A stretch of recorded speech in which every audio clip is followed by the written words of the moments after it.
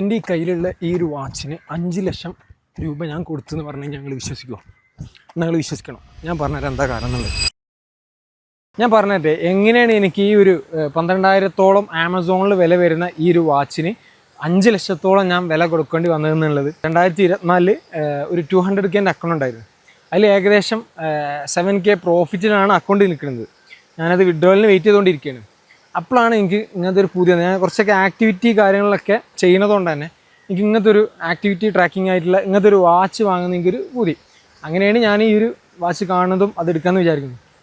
അപ്പോൾ ഈ ഒരു വാച്ചിനെ വെച്ചിട്ടാണ് ഞാൻ സത്യം പറഞ്ഞാൽ ആ ഒരു ട്രേഡ് ചെയ്യാൻ പുഷ് ചെയ്യുന്നത്. അപ്പോൾ ഞാൻ പറഞ്ഞു വന്നതെന്ന് വെച്ച് കഴിഞ്ഞാൽ ഇങ്ങനത്തെ കാര്യങ്ങൾ നമ്മൾ ട്രേഡിങ്ങിൽ കൊണ്ടുവരുമ്പോൾ, അതായത് റിവെഞ്ച് ട്രേഡിങ്, അതുപോലെ തന്നെ നീഡ്സിന് വേണ്ടി ട്രേഡ് ചെയ്യുക, അതുപോലെ ഗ്രീഡി ആയിട്ട് ട്രേഡ് ചെയ്യുക, ഇങ്ങനത്തെ കാര്യങ്ങളൊക്കെ ചെയ്യുമ്പോൾ നമ്മളെ അക്കൗണ്ട് പോകാനുള്ള ചാൻസാണ് ഉള്ളത്. ലക്ഷങ്ങളിൽ നഷ്ടത്തിലേക്ക് പോയിട്ടുള്ള ആളുകളെ കണ്ടത്. എനിക്കിപ്പോൾ ഇത് വലിയ പ്രശ്നമില്ല. കാരണം ഞാൻ ആ ഒരു ഫണ്ട് ഇറക്കിയിട്ടുള്ളതും എടുത്തിട്ടുള്ളതും ഇതിൽ നിന്ന് കിട്ടിയ ഒരു എമൗണ്ട് തന്നെ ഞാൻ തീർക്കും. എനിക്കൊരിക്കലും ട്രേഡിങ്ങിൽ നഷ്ടം പറ്റിയില്ല. ഞാൻ ഇതിൽ നിന്ന് കിട്ടിയ എമൗണ്ട് കൊണ്ടാണ് അടുത്ത ലെവലിലേക്ക് ഞാൻ പോയിട്ടുള്ളത്. പക്ഷേ ചിലരെന്താ വെച്ച് കഴിഞ്ഞാൽ തുടക്കത്തിൽ തന്നെ നേരെ വലിയ അക്കൗണ്ട് 200K 100K ഒക്കെ എടുക്കാനുള്ള ക്യാഷ് അവരെ കഴിക്കേണ്ട അത് ഇറക്കും.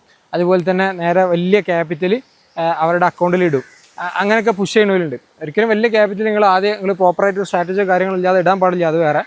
ചുറ്റുവട്ടത്തിലുള്ള പലരും അനുഭവിച്ച് അവർ പറഞ്ഞ കഥകളിൽ നിന്നാണ് നിങ്ങൾക്ക് ഈ സംഭവം പറഞ്ഞത്. മനസ്സിലായില്ലേ? അത് റിയൽ ലൈഫ് എക്സാമ്പിളാണ് ഞാൻ പറഞ്ഞത്. അപ്പോൾ ഇങ്ങനത്തെ സംഭവങ്ങൾ ഉണ്ടെന്നുണ്ടെങ്കിൽ നിങ്ങളത് ഒഴിവാക്കുക. അല്ലാന്നുണ്ടെങ്കിൽ നിങ്ങളെ ട്രേഡ് ചെയ്യാൻ പറഞ്ഞില്ല, അത് നിങ്ങളെ ലോസിലേക്ക് അല്ലാന്നുണ്ടെങ്കിൽ ആ ട്രേഡ് തന്നെ നിർത്തിപ്പോകേണ്ട അവസ്ഥ. ഇത് നിർത്തിപ്പോക്ക് എന്താ പറയുക വളരെ കുറവാണ്. കാരണം ഇതിൽ വന്ന് പെട്ട് കഴിഞ്ഞാൽ എങ്ങനെയായാലും പിന്നെ ഇതിൽ നിന്ന് ഉണ്ടാക്കാൻ നോക്കുള്ളൂ. ട്രേഡിങ്ങിനെ പറ്റി പ്രോപ്പറായിട്ട് അറിയുന്ന ഒരാൾക്ക് അറിയാം. അതുകൊണ്ടാണ് ഇതിമ നിർത്തിപ്പോകാത്തത്, ഇതിനെപ്പറ്റി മനസ്സിലായവർ.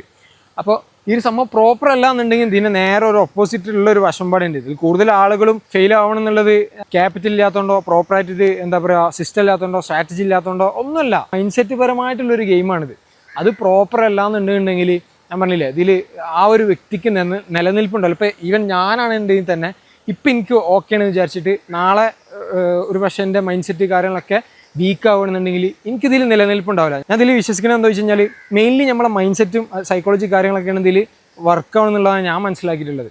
പഠിത്തവും കാര്യങ്ങളൊക്കെ ഉള്ളവരെ ഞാൻ ഇതിൽ കണ്ടിട്ടുണ്ട്.